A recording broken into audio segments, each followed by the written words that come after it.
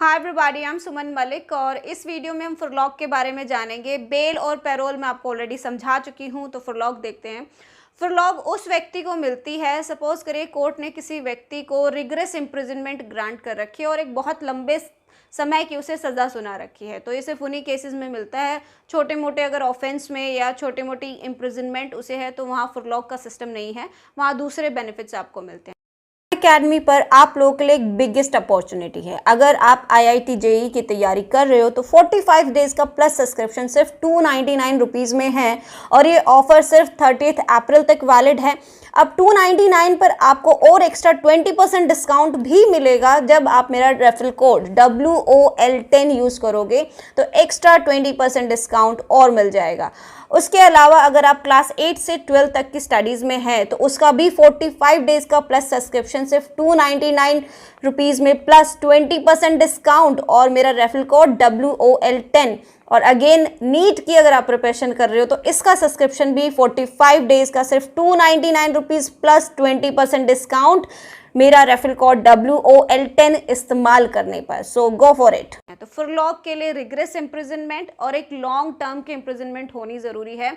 अभी आपको कब दी जाती है? जब आप जेल के अंदर एक गुड कंडक्ट शो करते हो और जब आप डिसिप्लिन में रहते हो, एक अच्छे डिसिप्लिन प्रिजनर बनकर दिखाते हो और अपनी पनिशमेंट का एक सर्टेन टाइम पीरियड जब आप जेल में बिता चुके होते हो, तब आपके पास ये राइट आ जाता है कि भी आप फुरलॉक की डिमांड कर सको। तो ये एज ए लीगल राइट है, एब्सोल्यूट राइट नहीं है कि भी आपने डिमांड करी तो आपको मिल ही जाएगा, बट आपके पास राइट होता है कि आप रिक्वेस्ट कर सकते हो। और ये जनरली 14 डेज़ का टाइम पीरियड रहता है कि आपको 14 दिनों के लिए आपको रिलीज़ किया जा सकता है। और जो आपकी जो टोटल पनिशमेंट है, सपोज करिए 12 साल की पनिशमेंट हो गई, तो उसमें आप जितनी बार भी आप फुरलॉक की डिमांड करते हो तो जो 14 डेज़ का टाइम पीरियड रहता है वो उसी पनिशमेंट के अंदर इंक्लूड रहता है। उसको एक्सक्लूड नहीं करते कि भी आपकी पनिशमेंट का टाइम ख़त्म हो गया उसके बाद आप एक्स्ट्रा टाइम स्पेंड कर रहे हो क्योंकि आप फुरलॉक पे गए थे, नहीं, वो सारा टाइम उसके अंदर इंक्लूड होता है। अब इसकी थोड़ी सी डेफिनेशन देख लेते हैं। It is a release for short time period, of course 14 days का टाइम पीरियड रहता है तो शॉर्ट टाइम पीरियड है। After a gap of certain qualified numbers of years, तो आप अपने पनिशमेंट का एक certain qualified number of years jail में जब आप बिता चुके होते हो तब आपको फुरलॉक मिलती है। Inculcation by motivation for maintaining good conduct and remain disciplined in the prison, तो आपके गुड कंडक्ट के ऊपर और एक अच्छे कैदी जब आप बन के दिखाते हो तो ही आपको फुरलॉक मिलती है। अब इसका ऑब्जेक्टिव क्या रहता है? अब देखिए, आप अपनी सज़ा ख़त्म करने के बाद कभी तो वापस सोसाइटी में जाओगे, तो आप कहीं सोसाइटी से खुद को अपने आप को सेपरेट ना रखो। तो आपके जो टाइज़ हैं, जो बॉन्ड्स हैं अपनी फैमिली के साथ, सोसाइटी के साथ, उनके साथ बने रहे, आपको मोटिवेशन मिले कि भी आप जीवन में एक अच्छे व्यक्ति बनकर उभरो और जो गलतियां करिए उनमें सुधार करो। तो इसीलिए आपको फुरलॉक दी जाती है ताकि आप सोसाइटी से एकदम सेपरेट ना हो जाओ। तो इसका ये पर्पज़ रहता है। अब इसका थोड़ा टाइम ड्यूरेशन देख लेते, कितने समय का रहता है। So it is leave given to convict every year, तो कन्विक्टेड पर्सन को हर साल फुरलॉक दी जा सकती है और 14 डेज़, एक समय में उसे 14 डेज़ का ही फुरलॉक मिलेगा और साथ में थ्राइस इन अ ईयर, तो फुरलॉक की डिमांड वो एक साल में 3 बार कर सकता है। अब ये फुरलॉक और पैरोल किस लॉ के अंदर कवर होते हैं? तो ये कवर्ड होते हैं द प्रिजन्स एक्ट 1894 और द प्रिजनर्स एक्ट 1900 के अंदर पैरोल और फुरलॉक कवर होते हैं।